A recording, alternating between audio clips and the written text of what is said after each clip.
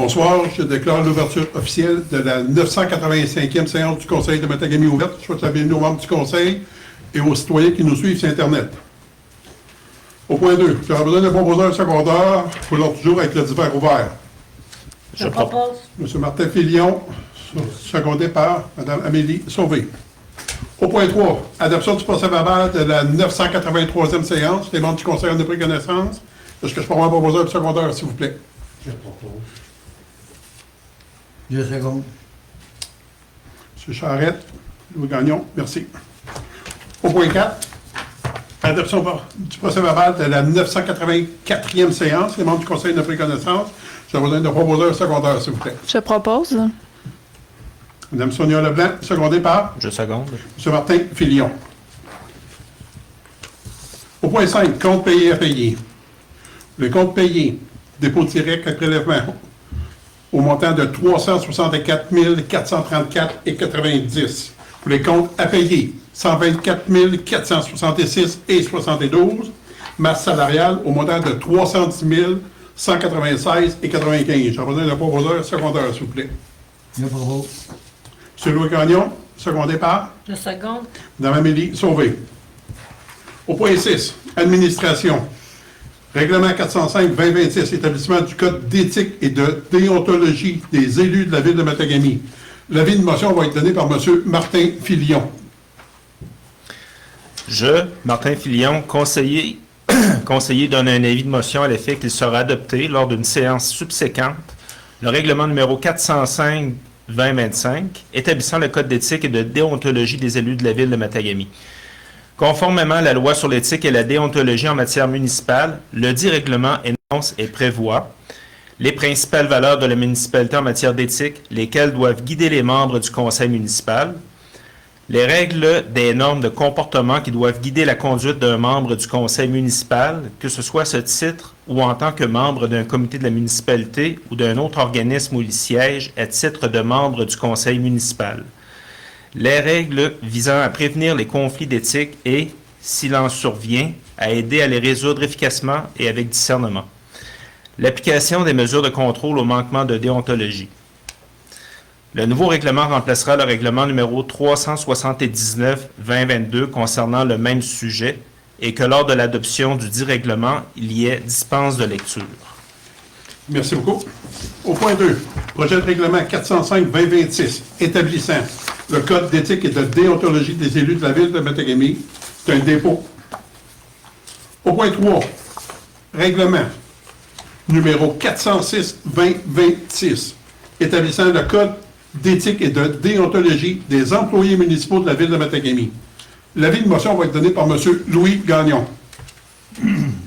Je, Louis Gagnon, conseiller, donne un avis de motion à l'effet qu'il sera déposé lors d'une séance subséquente le règlement numéro 406-2026 établissant le Code d'éthique et de déontologie des employés municipaux de la Ville de Matagami. Conformément à la loi sur l'éthique et la déontologie en matière municipale, le dit règlement énonce et prévoit d'accorder la priorité aux valeurs de la municipalité, d'instaurer des normes de comportement qui favorisent l'intégration de ces valeurs, de prévenir les conflits d'éthique et s'il en survient, aider à les résoudre efficacement et avec discernement, d'assurer l'application des mesures de contrôle au manquement déontologique. Le nouveau règlement remplacera le règlement 380-2022 concernant le même sujet et que lors de l'adoption du dit règlement, il y a dispense de lecture.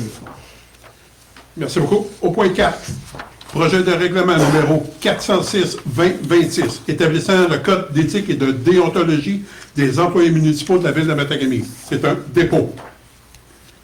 Point 5, service des travaux publics, rémunération du personnel sur appel, mesure d'exception.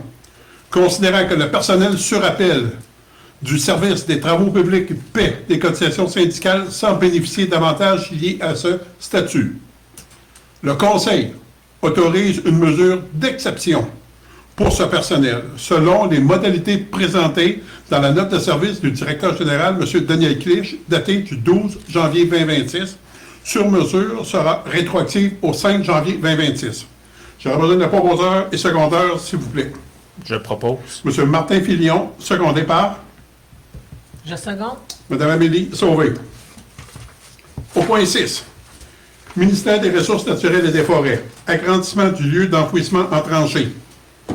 Demande d'utilisation du territoire public, autorisation et signataire et abrogation de la résolution 2024-1008-12. Considérant que la ville de Matagami souhaite agrandir son lieu d'enfouissement en tranchée sur un terrain appartenant au gouvernement régional de USG Bay James. Considérant que le GRIBJ a appuyé cette démarche en 2021, le Conseil autorise Mme Lydia Petneau, directrice générale adjointe, à signer toute demande d'utilisation du territoire public et les documents requis auprès du ministère des Ressources naturelles et des Forêts. La résolution numéro 2024-1008-12 est également abrogée. J'aurai besoin d'un proposeur et secondaire, s'il vous plaît. Je propose. Monsieur Louis Gagnon, secondé par Jean-Pierre. Monsieur Jean-Pierre, merci beaucoup. Point 7. Ministère de l'Environnement, de la lutte contre les changements climatiques, de la faune et des parcs. Agrandissement du lieu d'enfouissement en tranchée. Demande d'une modification d'autorisation ministérielle autorisation et signataire. Donc, considérant la démarche de la Ville pour l'agrandissement de son lieu d'enfouissement, le Conseil autorise Mme Lydia Petneau à signer les demandes de modification d'autorisation ministérielle ou tout certificat d'autorisation auprès du ministère de l'Environnement pour et au nom de la Ville de Matagami. J'ai besoin d'un proposeur secondaire, s'il vous plaît. Je propose. Mme Sonia Leblanc, secondée par Je seconde. Mme Amélie Sauvé. Au point 8, nomination de vérificateur externe pour l'exercice financier 2026 à 2029. Considérant la nécessité de nommer un vérificateur externe pour les prochains exercices financiers, le Conseil retient les services de M. Daniel Tétrault, CPA, à titre de vérificateur externe pour la période de 4 ans, soit de 2026 à 2029. J'aurais besoin d'un proposeur et secondaire, s'il vous plaît. Je propose. M. Gagnon, secondé par Jean-Pierre. Merci. Au point 9. Régie intermunicipale de l'Alliance de l'énergie de la Baie James, nomination des représentants municipaux. Considérant l'importance de la représentation municipale au sein de la régie intermunicipale, le Conseil nomme M. René Dubé, maire de Matagami, comme représentant, ainsi que M. Martin Filion comme conseiller au Conseil d'administration de la régie intermunicipale de l'Alliance de l'énergie de la Baie James. J'aurais besoin de proposeur secondaire, s'il vous plaît. Je propose. Mme Sonia Leblanc. Amélie? Oui. Merci. Au point 10. Demande de contribution de loisirs sport Baie James d'un programme Circonflexe, année 2026, autorisation signataire. Considérant l'opportunité offerte par le programme Circonflexe de favoriser l'accessibilité à des activités physiques et récréatives, le Conseil autorise le dépôt d'une demande d'aide financière auprès de Loisirs Sport Baie James pour l'année 2026 dans le cadre de ce programme et autorise M. Nicolas Moquin à signer les documents nécessaires au nom de la Ville de Matagami. J'aurais besoin d'un proposeur secondaire, s'il vous plaît. Je propose. Mme Amélie Sauvé, secondée par Je seconde. Mme Sonia Leblanc. Au point 11. Demande de contribution financière Radio Matagami, mise à jour d'équipement et autorisation. Considérant que Radio Matagami a besoin d'une aide pour la mise à jour de ses équipements et qu'elle a déjà sollicité une subvention auprès du ministère de la Culture et des Communications, le Conseil autorise une contribution financière de 1 000 $ à la radio de Matagami et autorise la directrice des finances et trésorière à effectuer le paiement. Je vais besoin d'un proposeur secondaire, s'il vous plaît.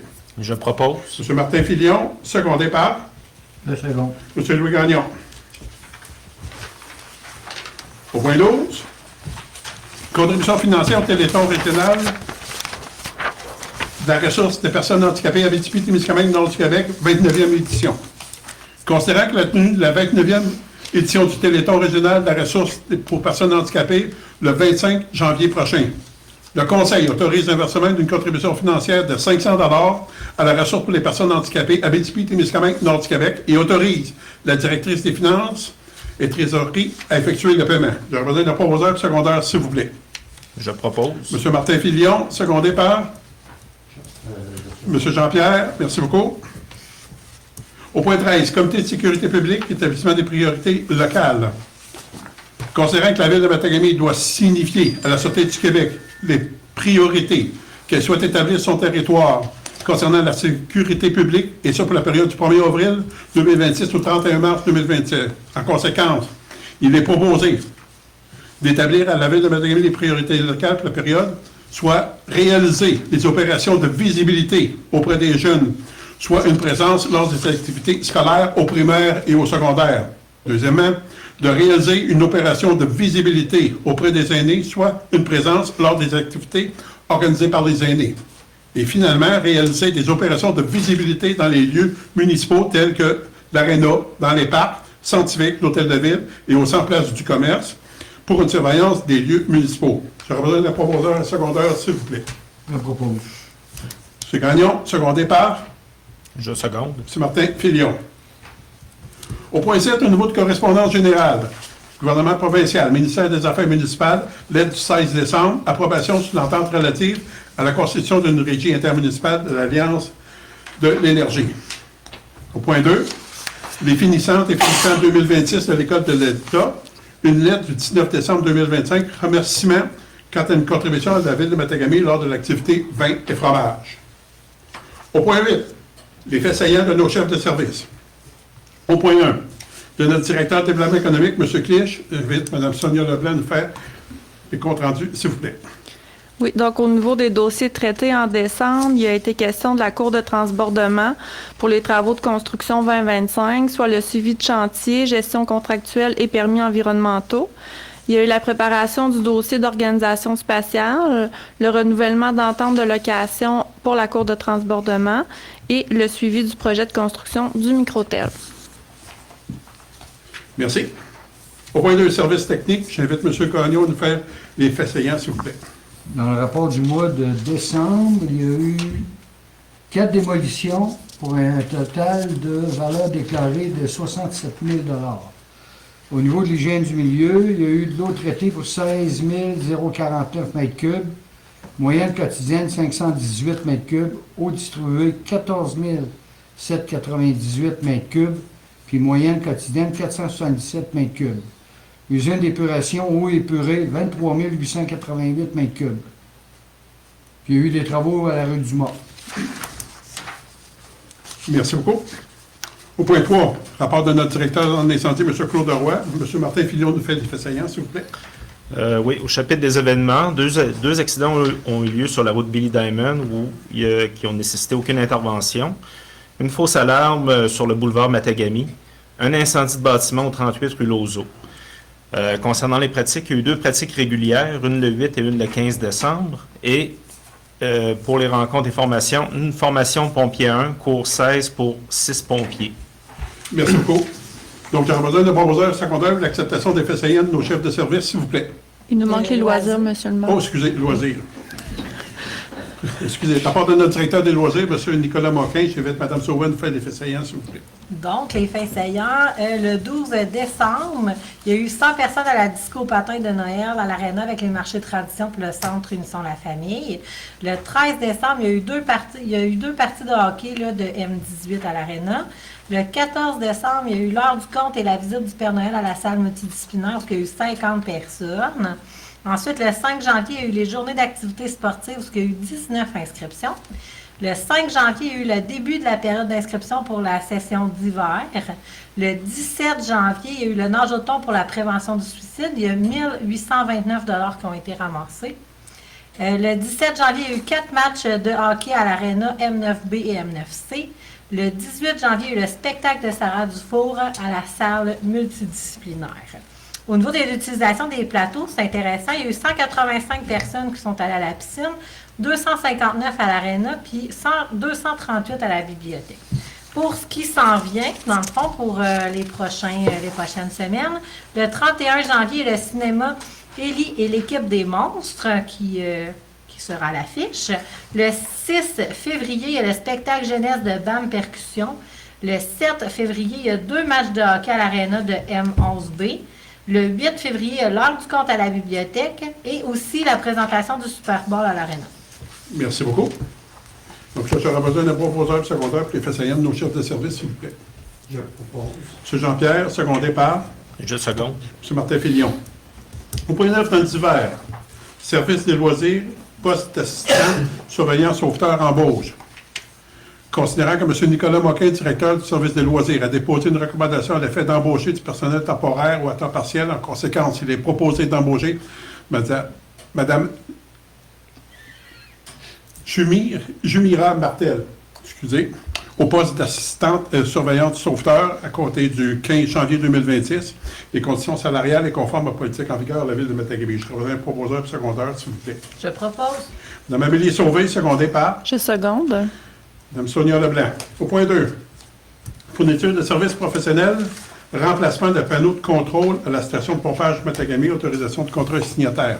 Considérant que Nordico est un chef de file au Québec en ce qui a trait à l'implantation, l'opération et l'analyse d'infrastructures liées à la gestion des eaux potables et des eaux usées, que Nordico dessert des municipalités des 4 coins du Québec depuis plus de 30 ans, que la Ville de Matagami a demandé une offre de service professionnel à Nordico pour le remplacement d'un panneau de contrôle pour la station de pompage, que Nordico a déposé le 10 octobre 2025 une proposition de réalisation du mandat au montant de 42 655 taxes en su, que l'article 12.4 du règlement 398-2024 pour la gestion contractuelle permet à la Ville d'octroyer un tel contrat de gré à gré. En conséquence, il est recommandé d'attribuer un contrat de gré à gré à Nordico pour le remplacement d'un panneau de contrôle de la station de pompage Matagami au montant de 42 655 taxes en su. Que M. Daniel Clich, directeur général en cas de capacité d'agir et la greffière adjointe, soit autorisé à signer pour et au nom de la Ville de Matagami tout contrat à intervenir entre les deux parties, d'autoriser la directrice des finances et trésorerie à effectuer le paiement à la réception des pièces justificatives. Donc, j'ai besoin d'un proposeur secondaire, s'il vous plaît. Je propose. M. Martin Filion, secondé par M. Jean-Pierre, merci beaucoup. Point 3, demande de contribution financière, Coupe de hockey de l'après-match, 22e édition du tournoi de l'après-match. Donc, considérant que la 22e édition du tournoi de l'après-match, organisée par le Club de hockey de l'après-match, aura lieu à Matagami le 28 février au 1er mars prochain, qu'annuellement, le tournoi accueille plus d'une douzaine d'équipes et constitue une activité communautaire prisée par la population, que le tournoi génère également des retombées économiques dans le milieu, que la tenue de cet événement entraîne des heures supplémentaires de la part du personnel de l'Arena, ce qui représente des coûts substantiels pour l'organisme à but non lucratif. Que pour réaliser cet événement, le club de hockey de l'après-match a adressé une demande d'aide financière à la Ville de Matagami. Que cet événement contribue grandement au dynamisme local en rassemblant citoyens et visiteurs autour d'une activité conviviale et sportive. En conséquence, il est proposé d'autoriser le prêt de l'Arena et des équipements requis du service des loisirs de hockey de l'après-match afin de tenir la 22e édition du tournoi de l'après-match du 27 février au 1er mars prochain, et de soutenir le club de hockey de l'après-match en assumant le coût du temps supplémentaire effectué par le personnel de l'Arena lors du dit tournoi, et que toute heure de fermeture excédant 3 heures du matin soit cependant facturée. J'ai besoin de proposeurs et secondaires, s'il vous plaît. Je propose. M. Gagnon, Mme Amélie Sauvé. Ce qui fait tour de la séance du Conseil de ce soir. Est-ce qu'il y a des membres du Conseil qui avaient des questions ou commentaires à apporter? D'accord. Moi, j'aimerais profiter de l'occasion. Première des choses, c'est souhaiter une bonne année à tous nos citoyens, la santé surtout. Et deuxièmement, on regarde sur les réseaux sociaux différents commentaires qui sont véhiculés par rapport à l'enregistrement des chiens. Donc, on entend toutes sortes de discussions qui ont lieu, puis il faut là se mettre en contexte l'obligation qu'on a. C'est que l'existence d'enregistrement des chiens, c'est une obligation par rapport à une réglementation provinciale. De plus, la Ville, la direction, qui a le principe d'enregistrement. Donc, nous, on se doit de faire l'application comme telle. Puis l'objectif provincial de ça, c'est premièrement, envers la sécurité et la protection des personnes. C'est le pourquoi qu'on doit être, nous, demander aux gens qui ont des chiens de prendre des licences pour savoir exactement la traçabilité. Là aussi, ce qui est important de comprendre, c'est l'identification dans le cas s'il arrive un incident ou un accident. Par rapport au fait que le chien est enregistré et qu'on a des pièces justificatives pour ça. Donc, c'est une obligation provinciale que nous, on doit faire l'application. Nous aussi, on voit, on entend, puis les gens nous disent, bien, on devrait peut-être avoir un lieu puis quelqu'un qui s'occupe de ça. Il y a un coût énorme. On a fait beaucoup de vérifications à savoir, puis on a déjà rencontré des personnes qui avaient un intérêt pour offrir ce service-là à Matagami. Mais l'obligation légale est tellement énorme que pour l'instant, on n'est pas en mesure de rencontrer les objectifs que les citoyens voudraient. On a des priorités, service à notre population, puis ça, c'est primordial pour nous. Donc, on vous entend, mais il faut bien comprendre dans quel canevas de travail que nous, on doit travailler présentement. Fait que s'il y a des choses, des fois, chez nous, vous pouvez nous interpeller, ça nous fait plaisir de vous répondre. Mais la meilleure manière, c'est de garder une communication directe entre nous dans le respect de chacun. Ce qui fait le tour de l'Assemblée du Conseil ce soir, est-ce qu'il y a des gens qui auront besoin d'un proposeur secondaire de lever la séance, s'il vous plaît? Je propose. M. Louis Gagnon, secondé par Jean-Pierre. M. Jean-Pierre. Merci beaucoup.